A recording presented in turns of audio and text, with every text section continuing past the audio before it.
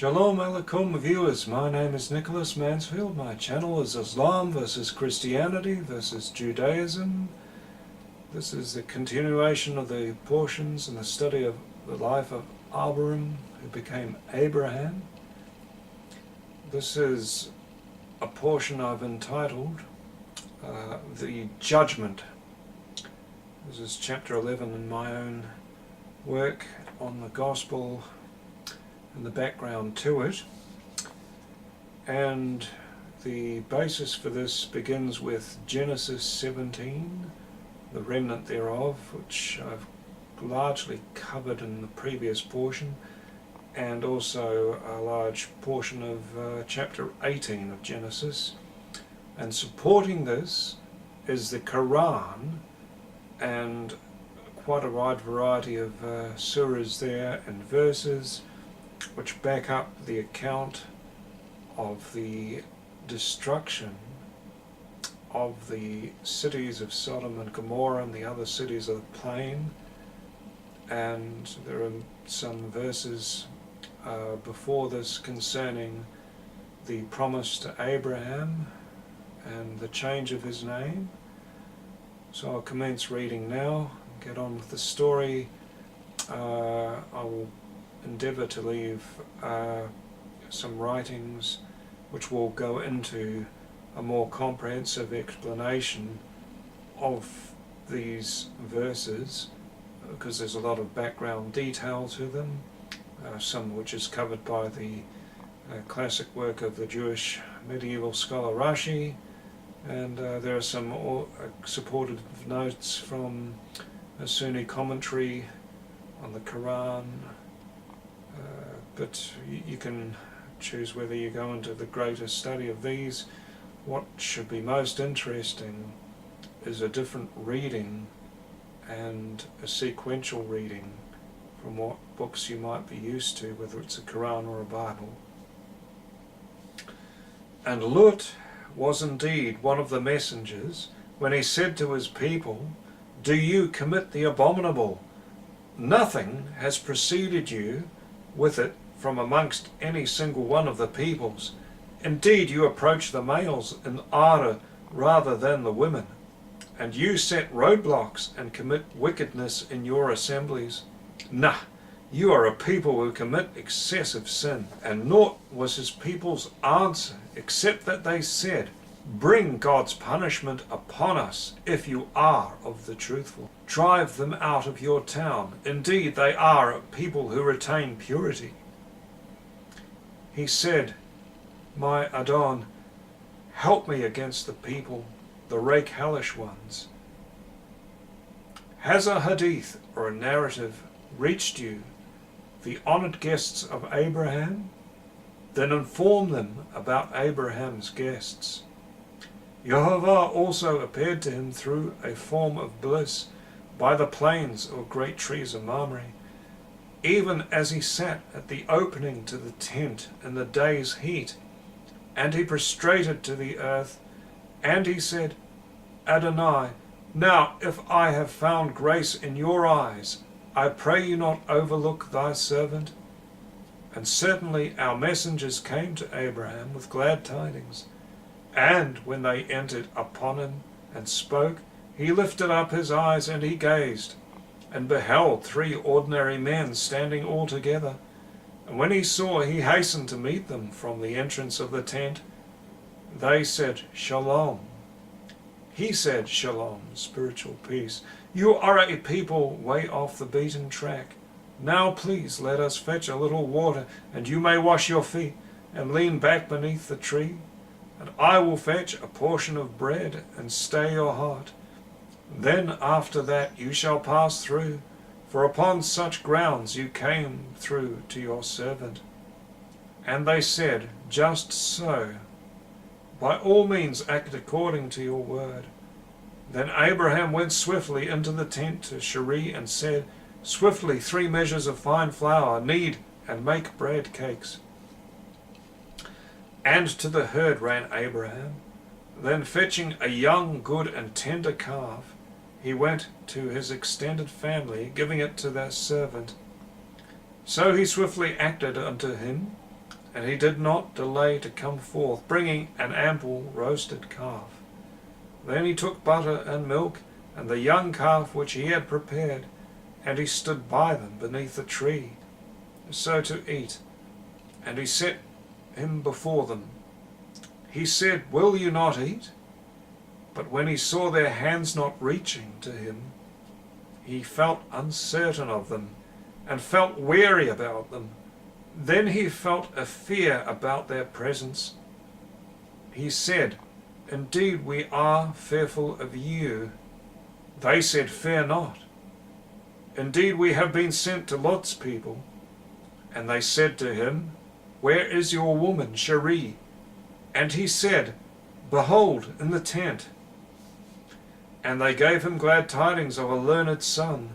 Thus we gave him glad tidings of a forbearing boy. And God said to Abraham, "Your wife Cherie, do not call her Cherie by name, for Sarah is her new name. Indeed, we bring glad tidings to thee." He said, "Do you give me glad tidings, despite old age being over me? So, about what are you bringing glad tidings?"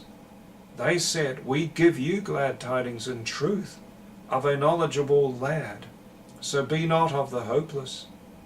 He said, "And who despairs of his Adon's mercy, except those who are astray?"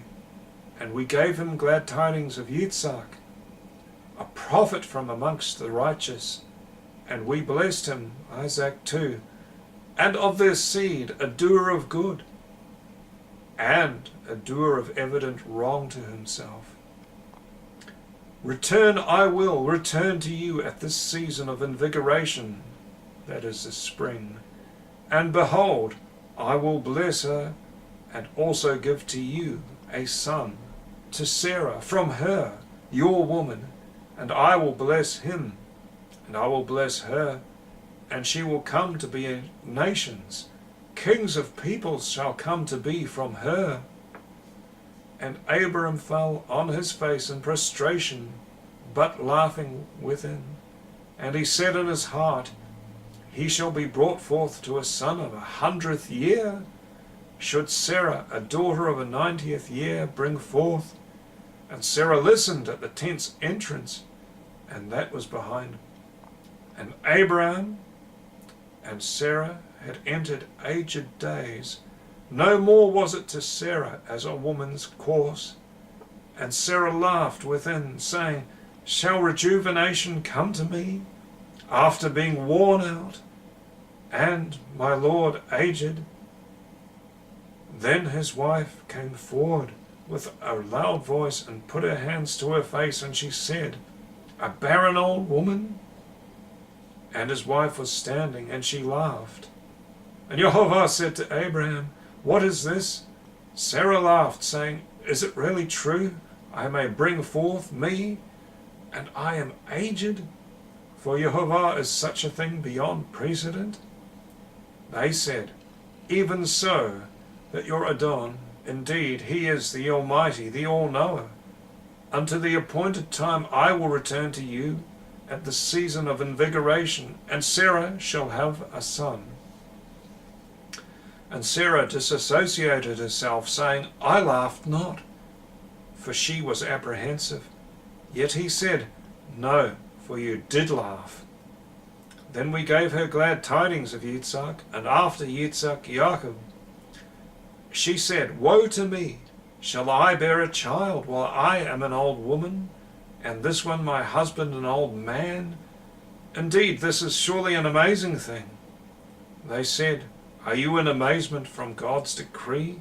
The mercy of God and his blessings rise upon thee, O people of the house. Indeed, he is all praiseworthy, all glorious." Thereafter Abraham received a priesthood under them, as I read it. So the plain men arose from there, and they looked down upon the presence of Sodom, and Abraham walked along with them to send them off. And Jehovah said, "Am I to shroud what I am doing from Abraham? And Abraham shall come to be, becoming a great nation, and awesome in magnitude, and every nation of the earth, they are blessed in him. Indeed I know him, for the sake of which he shall ordain his sons, and his house after him, and they shall guard the way of Jehovah to perform righteousness and justice, so that Jehovah brings on Abraham that which he spoke about him. And Jehovah said, since the cry of Sodom and Gomorrah is already great, and because their weighty sin is maddening, now I will descend and see if they have done a fullness according to her cry coming unto me. But if not, I will know. And when our messengers came to Abraham with the glad tidings, he said, then what is your foremost business, O messengers? They said, that we may send down upon them stones of precious clay marked by your Adon for the transgressors. Indeed, we are going to destroy the people of this town. He said, yet Lot is in it. They said, we know better who is in it. They said, indeed, we have been sent to a criminal society. Its people are wrongdoers, except Lot's family. Indeed, we shall save him, and all of his family, except his wife. We have decreed that she is definitely of those who remain behind. And when the initial awe withdrew from Abraham, and the glad tidings had sunken in, he disputed a case with us concerning the people of Lot. Then the ordinary men faced off from there and walked to Sodom. But Abraham persisted to remain before Jehovah. Indeed, Abraham was undoubtedly forbearing, imploring, and turning back to him. So Abraham approached and said, indeed in wrath you sweep away righteousness with wickedness? So if there be 50 righteous within the city, moreover, you sweep them away and not render support to a place on account of the 50 righteous that be amidst her? May it not be unto thee to do according to this thing, to cut off righteousness and wickedness, and those righteous come to be as those wicked? May it not be unto thee, the judge of all the earth, that he not render lawful judgment? And Jehovah said, should I encounter 50 righteous in Sodom within the city, then I will sustain the entire place on their account. And Abraham answered, saying, see now, I have undertaken to a word unto Adonai, though I am but dust and ashes. So if there be an absence of the 50 by 5 righteous, will you spoil all the city for 5? And he said, I will not spoil her, if I find 45 therein. And he added to circulate in a word to him, saying, should there be encountered 40? And he said, I will not do so on account of the 40. And he said, so I speak now, be not kindled of wrath, O Adonai. Should there be encountered 30? And he said, I will not do so if I encounter 30 therein. And he said, see now, I have undertaken to speak unto Adonai. Should there be found 20 therein? And he said, I will not spoil her on account of the 20. And he said, so I speak just this time. Now be not kindled of wrath, O Adonai. Should 10 be encountered there? And he said, I will not spoil her on account of the 10. O Abraham, turn aside from this. Indeed, it has certainly come a command of your Adon. And indeed they came for them, a punishment without aversion. And Jehovah's presence went away, since he had ceased to converse with Abraham. And Abraham returned to his place. And when the messengers came unto Lot's family, he said, you are certainly a people off the beaten track. They said, not at all. We have come to you according to what they were doubting therein.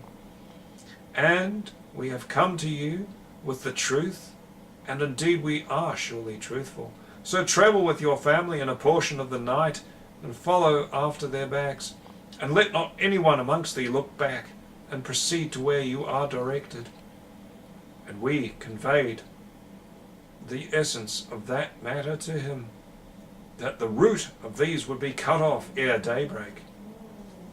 And when our messengers came to Lot, he was distressed for them and bereft for them, ill at ease, and said, A heavy day this.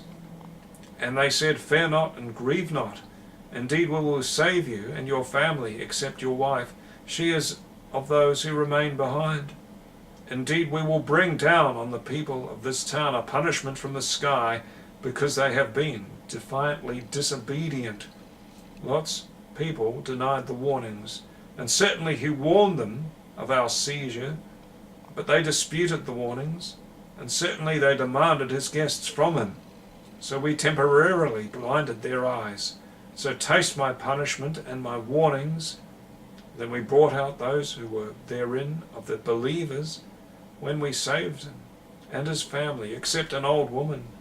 Yet we found naught therein, other than a single house of the obedient ones, otherwise the Muslims.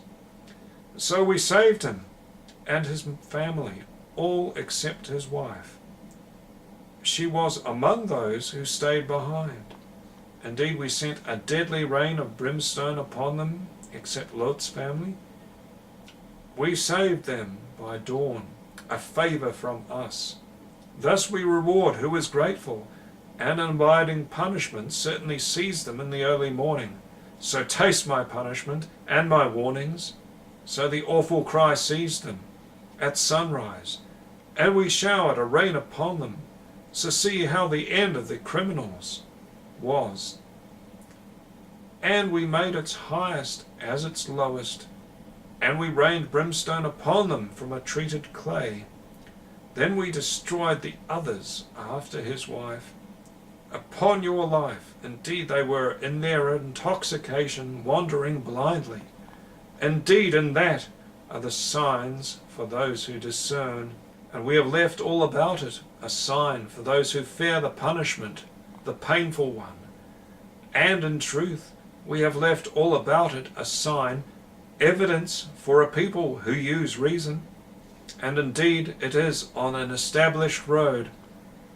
And indeed you surely pass by them at morning and at night. Then will you not use reason? Indeed in that is surely a sign for the believers. And look, we gave him judgment and knowledge, and we saved him from the town which was committing abominations. Indeed they were an evil people, defiantly disobedient, and we admitted them unto our mercy. Indeed he was from the righteous. That was an account of the fall of the burnt cities, an account from Genesis, an account from the Quran. God bless you in your studies, and please reflect on the judgment of God and of your own standing before him. We all stand on the razor's edge of success and failure. In the name of God, amen.